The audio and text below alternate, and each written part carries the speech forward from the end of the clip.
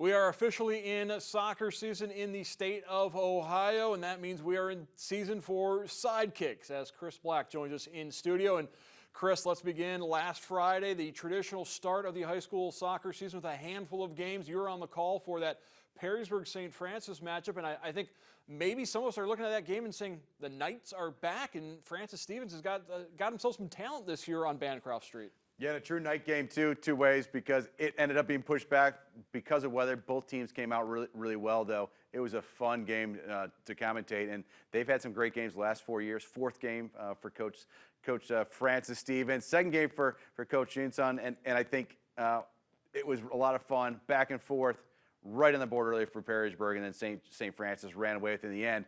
But a big key to that game is the return of Oed coming back from a year off in club. That's why teams change every single year, so it's going to be a lot of fun to see what they do this year. We know it is mid-August. Everybody is optimistic. Let's take a broad perspective. What are you most looking forward to on the boys' side of this high school soccer season? A lot of parity. Again, last couple of years had some good parity. And then, what are they going to build? Obviously, some interruptions over the past year with the situations they've had to play, whether it's club changing, where they could travel, where they couldn't.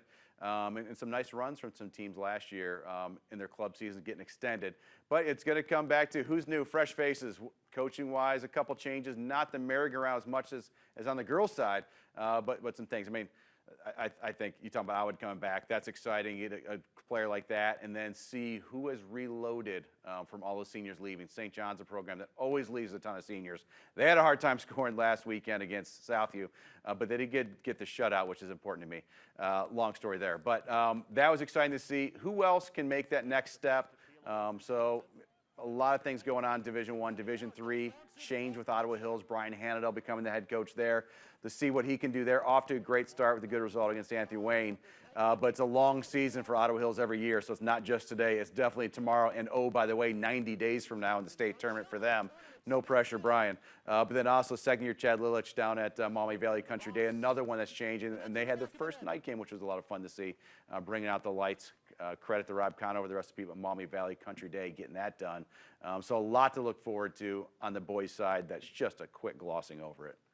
Let's do a quick glossing over of the girls' side, because when you look at the Northern Lakes League a year ago, Anthony Wayne, they lost all those seniors from that state runner-up team, and yet, once again, they're right at the top of the NLL. Lori Williams and her staff have built a strong program in White House. Will that continue this season in the Northern Lakes League? Yeah, and that's really credit to the youth system, whether we talk about it. A great community for soccer that's been built there, Anthony Wayne with the rec team and Anthony Wayne United, and I think that really has carried over every single year. High expectations. A lot of players back as well. Bryn Gardner, which I was just telling someone else, are you sure she's still there? Seems like she's been there for a while. But she's still there, so she's dangerous for them. Caitlin Moeller doing such a great job on the goal side of things for them. So you've got someone at the top, someone in the back, and a lot of depth in between. A lot more pace than they've had. The last few years, they've really had a lot more pace than they've had in the past. So that's a big one. Coaching change in at Savannah North. Always excitement when a new coach comes in, especially with the pedigree of Ella Walsh. They're going to be a team that's going to be really good. A lot of depth on their side, a lot of athleticism. Be a lot of fun to see what she does with that program, how they get out the gate early. But then we had an exceptional year at Pacesetter with our one team going all the way to national championship game and winning, another team making a national championship another in the summer, and other kids playing late into the summertime. So it'll be interesting. Some of these kids might start slow, but see where they end up. They might need a little bit of break. Some other kids to look at, Adele Francis, I mean, she's been running up top for that team at Perrysburg. So good, a lot of parts. Ray Pruss there, so many parts at that Perrysburg team.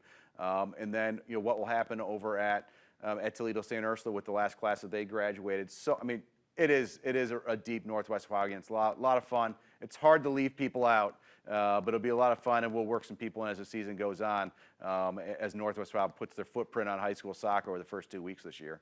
You mentioned Adele Francis at Perrysburg. She is a name that a lot of college scouts are interested in. What makes her game so special, and why is there so much excitement around Adele Francis? You look at those strikers, those personalities. What do they bring to it? Are they just kind of a silent type, just kind of loiter around the goal and gets their goals and they get them, or do they make it happen? And it really seems like she does that. She's physical, she's strong, she's got a lot of pace, but she also isn't necessarily an east-west player. I mean, when she wants to go to goal, from my standpoint, you see her go. North-south, she gets to the goal. She's got enough talent to do the others, but she's really not bothered by being passive. She's going to get to the goal, and she might drag a player or two with her. and that attitude. She got a lot of belief in her shot, and it's just like shooting in other sports in a basketball three-point shooter.